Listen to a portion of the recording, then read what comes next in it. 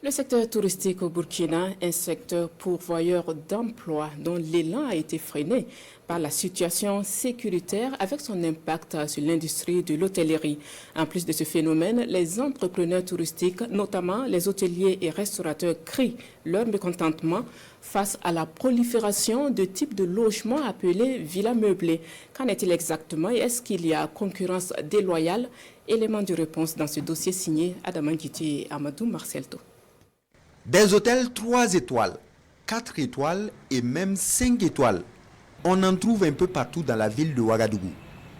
À côté de ces bâtisses, les autres établissements hôteliers et touristiques pour renforcer l'industrie hôtelière.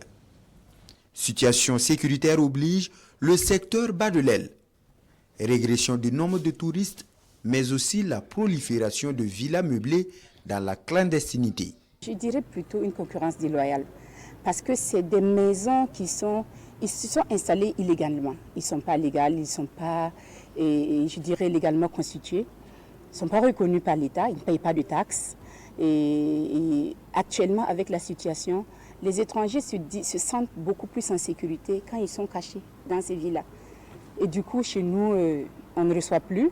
C'est eux qui reçoivent. En plus, ils font des chambres moins chères parce qu'ils n'ont pas de taxes à payer.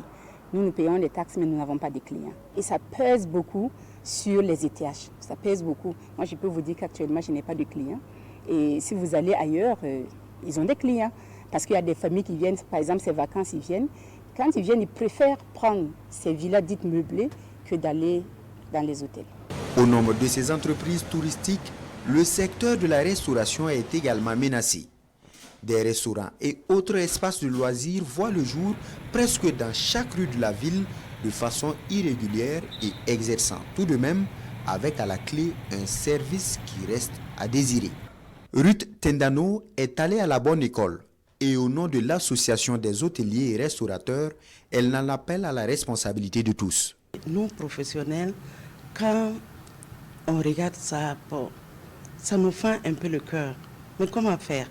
Les gens disent, bon, moi aussi je me débrouille, je vais manger. Mais on ne peut pas se débrouiller avec la santé des gens. Les gens ouvrent des kiosques, ils disent service traiteur. Bon, c'est notre santé, c'est une santé publique qui est là, la nourriture, ce qu'on mange.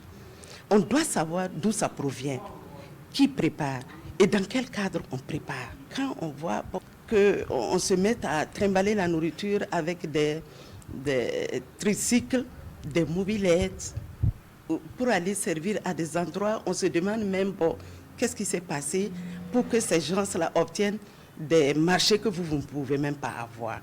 Face à la situation, la Direction générale du tourisme mène une opération de contrôle de ces entreprises. Entamée le 31 mai dernier jusqu'au 23 juin prochain, plus de 600 entreprises sont concernées.